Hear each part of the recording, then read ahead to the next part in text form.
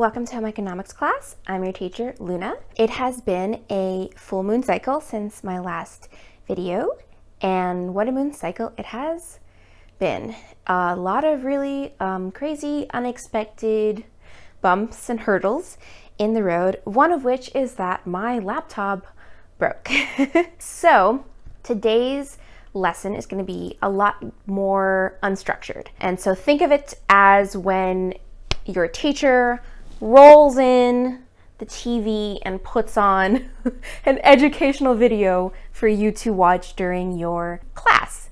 It's going to be sort of like that. Clearly, something went wrong behind the scenes where they're not doing a lesson plan, they're bringing in a video.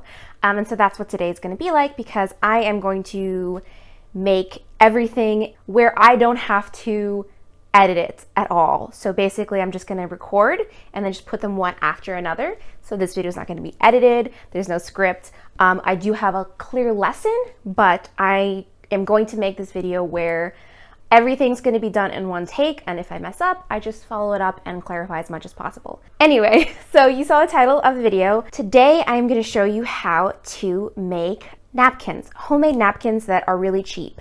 Now, obviously, one of the tags that I put on in the description of my video is that everything takes either time or money, so why not learn a new skill? So obviously, if you do have the money, I totally understand just buying napkins. But if you don't, this is a great thing to do. It's super easy. It doesn't take too much time, but also if you don't need it like imminently, you can make it in sections, which is what I'm going to be doing here. So let's just get started.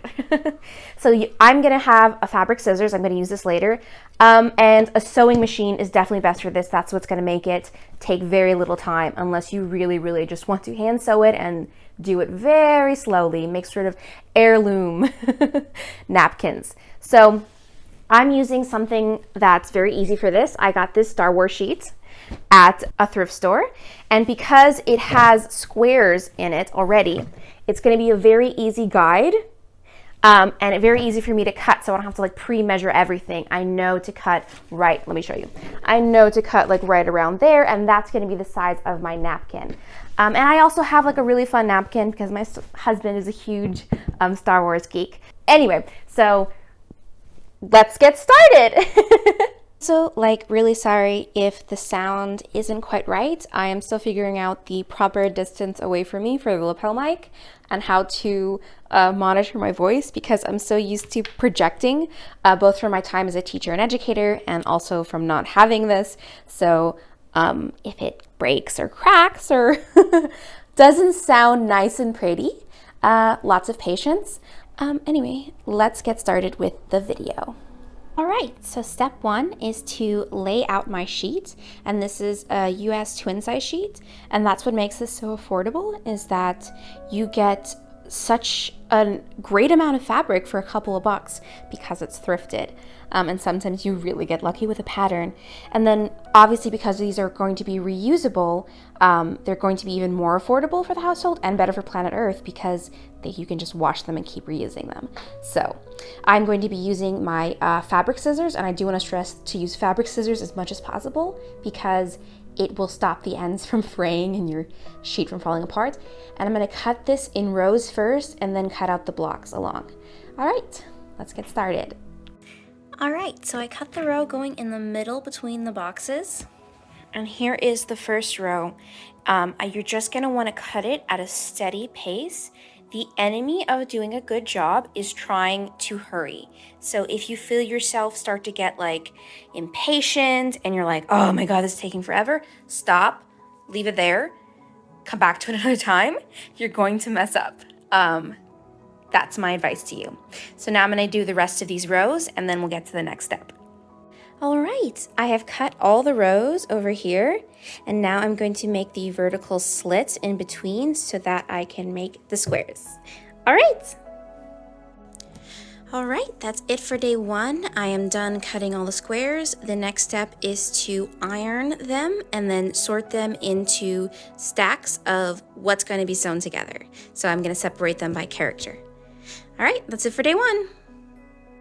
All right, next day, Before we get started on ironing, what we're going to do is we're going to check our fabric to make sure we know what heat setting to put it on. So if you buy it at the store, it'll tell you what fabric it is, but for thrifting, in this case, this is a sheet that comes with a care tag, and this is 60% cotton and 40% polyester. So I'm going to set this. It actually has like a setting over here. I'm going to set it to the silk wool because that's right in between my cotton and linen and my synthetics. And polyester is synthetic. So let's get started. All right, I have ironed them and sorted the stacks over here. And then I just have to come over here and use a seam ripper to get rid of some of the seams over here of what's attached to sort of smooth it out. And so here's a pile that I've already done that to. And it doesn't have too much of a line, and here's the pieces that are removed. So once I'm done with that, I can move on to the next step. All right, so the next step is we are going to pair up our squares of characters. So this is Darth Vader twice, and we're going to pin them together on the corners using the lines around the character boxes to line them up. And we're also going to use that to sew along those lines, but more on that later. When you pin them, you want to make sure the pins are all going in the same direction. So see, if I follow along this way, it's pointing that way. It's pointing that way. It's pointing that way, it's pointing that way. So you want to make sure that the pins are pointing either clockwise or counterclockwise, whichever way it is. And that is so when you sew them along a sewing machine, you can bring them through the sewing machine and then pull out the pins as you go along. If they are other ways, for example, if this one's pointing this way and then this one's pointing this way, I'm gonna pull this one out. But when I get to that side, the bobble at the end is going to be running through the machine, and you're gonna have a hard time pulling that out in front with the machine like foot in front, if that makes any sense. So yeah, you just wanna make sure that all the pins are pointing in the same direction and line them up along that line. So now I need to do that for all the rest of these characters and decide how I'm going to pair them for any odd amounts. All right, let me do that. All right, all of them are pinned and paired up, and here is the count of how many of each set that I have. I have 54 napkins in total to make. So here we go. Okay, so I didn't say it in the last one, but obviously when you pin them together, you're pinning the pattern sides together. So this is the back. So if I show you, for example, let me see if I can find the Star Wars one. Where is it? Oh my goodness, where is it? Okay, see? There you go. It is backwards, and that's because we're pinning the pattern sides together. So what I'm going to do is I've cut out these pieces here to show you the stitch line because I can't edit, like I said, to put like a line over here when I move my hand in like my editing tool. So anyway, so what I'm going to do is I am going to sew along these lines just a little bit in at the top, all the way around, and then a little bit in over here. That's going to make it very easy for me when I'm done sewing all of these to flip it inside out, as opposed to if I left like a very small gap over here, and then I would risk ripping this fabric, which is not the most stable right now. I will say that. I think it'll do just fine as a napkin, especially once we do the top stitch, but I get ahead of myself. Anyway, so that's all you're going to do for each and every one of these pieces. What I am going to do is just put a little bit on one line, go all the way around and over here. So I'm almost making a full box. I'm making 3/4 of a box, just a little bit over here. And once we're done doing all of that on our sewing machine, I will tell you the next step to go. So yes. All right, so here is my sewing machine, and I've already threaded it with a white poly cotton. You can definitely use 100% polyester or 100% cotton, whatever you want. I'm using white because it's the thread that matches all of this stuff. This sewing machine, by the way, is a really great beginner sewing machine. It's really beginner friendly and easy to use. It's not overcomplicated. So I do recommend that if you're looking for baby's first sewing machine. Obviously not for actual babies, but you get what I'm saying. And the only other thing I'm gonna have over here is my pin cushion because I have so many pins in there. And literally these are all the pins that I have left. I have these 4 pins left. If I had to pin one more of these napkins together, it would have used literally all of my pins. But anyway, so I'm gonna have that ready so that when I take out the pin cushions, I can put it straight into there. And that is all that we're gonna need to get started. So I will see you on the other side of this whole stack. I almost forgot to tell you. So remember how I said that this being a box shape, print onto it was great for beginners. And that's because when we're going to be stitching along this to make the box, we are going to use these printed boxes to make our stitch line. So what we're going to be doing is we're going to be following on the outside of this line. So to the right of this line, on the white part is where we're going to do our stitching outside of this box. So you can follow it like super close over here. What I've done, and I'm going to show you, is I'm going to use the inside of this line to clip the foot. So here we go. See, I put it down where the outside of the foot follows this line. And so when I'm pushing it through, I can just follow it, keeping this line underneath the foot. And I'm going to have a pretty much straight line for this project using that. Now, it also depends on the size of your foot, but mine is pretty standard size. The second thing that you're going to do is you're going to start on the edge of the top that you want open. So I'm going to start here and then go all the way around until I get to the side where I made the stitch, and then I'm going to leave a gap there. And that's the best way so that you're going to get a continuous stitch. If you're someone who is not new to sewing, that seems like really, like, why are you saying that, Luna? But trust me, for beginners, I was gonna say believers, for beginners, that is really important for me to stress. You don't wanna start here on your line. You wanna start here on the edge of the corner on the same side. So you start and you stop. So think about where you're starting. That's all I'm going to tell you. And use the lines that have already been printed as a guide. Okay, now we're ready to get started. All right, I'm going to try really hard to give you a demonstration of just how to sew these napkins. So I don't want to give you like a full overview of how to use this machine. You can definitely look that up for like this Singer model. I'm sure there's plenty available online, but all you need to know for me is that I'm going to use the straight stitch and I'm going to use the middle one, and this shows as you can demonstrate how long each stitch is going to be. I'm using the medium one. I'm setting this to 4, and all I'm going to need to know is that this lever, see how that does the back stitch? It has the return thing, and it's just going to make the machine sew it backwards. All right, let's do this. All right, the sun is setting, but I have my light over here, so let's see if we can show you. So I'm gonna put it down with the pin point facing this direction because it's gonna run through that way. So I can pull it out as it's running along, and that lets me get a really great stitch. I'm going to be holding it taut using my fingers as a V shape. And I can do this because this is a woven fabric, not a knit fabric, so it won't stretch. But I also still want to avoid like pulling it too tight because you can pull on the weave of the fibers. So just a very firm, sort of like V-shaped grip. I'm gonna push this through. As I get to the corner, I'm gonna slow down so that I can stop at the right point that I need to, and I'm gonna show you that. But let's just get started. So I've put this in position, clamp it down, the edge of this foot on the edge of the line, and I'm going to start running it through. The first thing I'm going to do is make a few stitches, reverse stitch. Some people don't do this, but it does make a stronger starting stitch, so when we flip it inside out, these edges that we make are not going to be weak. Now we're just going to go forward again at a steady pace.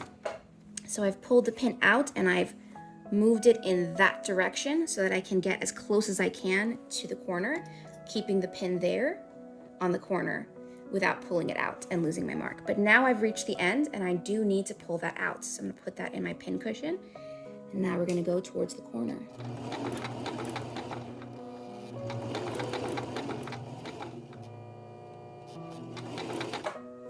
All right, I got the edge. See how I slowed down? And now I'm gonna manually bring it down. I'm gonna be turning the knob towards me. Don't turn it the other way. And now that my needle's in place, lift that up. Gonna turn it on the corner. See, putting that into the place allows me to use the needle as a hinge and keep my sewing in place. Now that I've turned the corner, I'm gonna bring the foot down again, lining it up, and now I can just move forward and have a continuous seam all the way along. I'm gonna do that all the way around the entire thing until I reach this end, and when I come to this corner, the same side that I did my starting stitch, I'm gonna do the exact same thing. I'm going to get to the end, back stitch, go forward a little bit, and then end it, and I'll show you what that looks like. All right, we've turned the corner on the last edge, so we're gonna run it through. Go as far as we want to go, hold the petal down, back stitch. Just a couple stitches, move forward, lift that up, pull it out, and this one actually has a little thing on the end to clip it. And that's it, we're done. Hi, I'm sitting down with my morning tea. I'm making that face because I hate listening to people eat or drink on camera, and I can't edit it out. But since I'm not editing it, I don't have to hear it myself. So anyway, that's not the point. We're trying to be really fast here. Okay, so each individual napkin takes 3 minutes to do. So obviously for 54, we can do the math and say how long this is gonna take me to do. Anyway, I wanted to give a fuller demonstration of exactly what it takes for me to do the entire thing. When I'm a beginner to something, I like someone to show like literally everything, because you never know what something that someone could have an issue with, and that, you know, as someone who knows how to do it, you're like, yeah, I don't need to show that. It's a given. But I've been on the other end of things and have been like, no, please show that. I actually, like, you're taking for granted the fact that you already know that. However, that is 3 minutes of video, and normally what I would do is I would film that all, and then I would use, you know, editing to do voiceover to narrate, and I would, times where I'm doing a straight line, I would like speed it up so that you can just move past it because it's just a straight line. But obviously I can't do that. So instead what I'm gonna do is I have the straight shot edited from the other side of the sewing machine. So like, the sewing machine is here, the camera's in front of it, you can see what I'm doing, there's no being obscured by my hands. But basically, once I'm able to actually edit that, I'm going to put it as a link in the description here, or like up on screen, that little corner thing that shows you that there's a link. And so if people want to see it, they have the option to see it and review it as many times as they want, if they want to. But it doesn't take up a whole 3 minute chunk of this video. And by talking for like 2 minutes now, I've defeated that whole entire freaking purpose, but I try. Anyway, see you on the next step, so bye. All right, I finished sewing all 54. The next step is to clip off the corners over here so that I can flip them inside out. All right. Okay, so I'm pretty much finished with the pile. This is the only one left, and I wanted to give a clear example of what it looks like to cut the corners. So you want to make sure that you're not getting too close to the stitching, because you don't want to cut your stitching and you don't want to cut so close to it that this starts to happen. You know, it frays and comes apart. So you want to give some space. What you're doing is just to make sure that when you turn it inside out, it's not huge and bulky and you have trouble sewing the top stitch over this. So once I cut that, we are ready to move to the next step. All right, so the next step is to turn all of these inside out and then iron them flat. And then once we're done, we're gonna do a top stitch, but I'm getting ahead of myself. Let's go. All right, I have ironed the entire stack, and now they're all ready to get their top stitch, and once I do, they will be finished. Okay, so for a top stitch, what I'm gonna do is I'm gonna sew all around it on this black line as a guide. And what that's going to do is it's gonna keep everything flat. It's going to seal the seams. Remember how they were sort of fraying inside, and it's also going to close off this little opening that we left so that we could turn things inside out. All right, so just have to do that for this entire stack. Woohoo! Ha-ha! All done! Well, that took a lot longer than I thought it would. So I started doing this in March, and I finished the sewing project in June, and I am editing it now in August. So basically, for so many life reasons that I won't go into, many of which, the technical ones, I'll try and summarize. I really had to wait until my laptop got replaced because the computer that I thought the program would work on wouldn't work in to format it in a way that it could be uploaded. So anyway, silver lining. The great part about it taking longer is that I really was able to test what I said in the beginning, which is that I was able to, once I got them into squares, put them aside in a basket or in a little nook on a shelf or something, and really do it at my own pace. So most of the sewing I got done in March and April. I had finished pretty much everything except for doing the top stitch. And that took a while because I have 54 of these and because the task became a little bit tedious. However, if I was doing a normal set, so if you thrift something smaller, it would go a lot faster. So something to know for the future, but it really was a project that I could take in my own time. So if you want to do this and you think, I don't have the time, I don't want things lying around, once you get them into the squares, literally once you cut them into squares, you can take as long as you want. Sorry, I'm lowering my voice because I'm just remembering that I'm mic'd up and I'm not projecting onto a mic over there. So I don't want it to like break up, but if it does, sorry, again, still learning. Haven't used the mic since last time. So anyway, these are really, really, really great. They're washable, and it saved so much money from getting any paper napkins or anything else. So yeah, I guess that is pretty much it. If you have any questions over the steps, once again, feel free to leave it in the comments. I would be happy to answer it, as I answer in any video where there's questions. I really went as thorough as I could, and like I said earlier, there is the link to a full real-time video of me sewing it in case you're like, you really need to see it. And I hope that's helpful too. Consider me coming back now. Season 2 of this home economics. Or I guess since it's August, it's like back to school, huh? Time to go back for your fall semester. Anyway, I hope you'll be here next time when we do more lessons for this new academic year. I try and put out new videos every new and full moon. I hope this helps you. Bye!